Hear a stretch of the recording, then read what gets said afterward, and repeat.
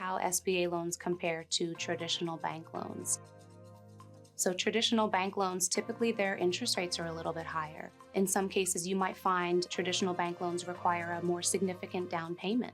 Also, a big difference, I think, between SBA and traditional bank loans is usually traditional banks, maybe they're not too familiar with the franchise industry. SBA lenders typically have an appetite for these different businesses, different industries, different franchises, and they're more familiar with them rather than, maybe going to your local bank and them not knowing what business you're approaching. They could go to their local bank and get a conventional loan, which means it's not a government guaranteed loan like the SBA. SBA is designed for small businesses.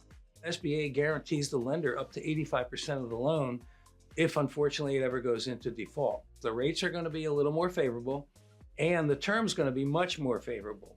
If I were anyone, I would advise them to go through the process for SBA and get the longer term loan. You can pay it off at any time with no prepayment penalty fees.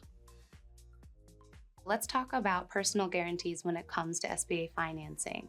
Personal guarantees are absolutely required for SBA loans for any 20% owner or more in the business. They will have to require that personal guarantee.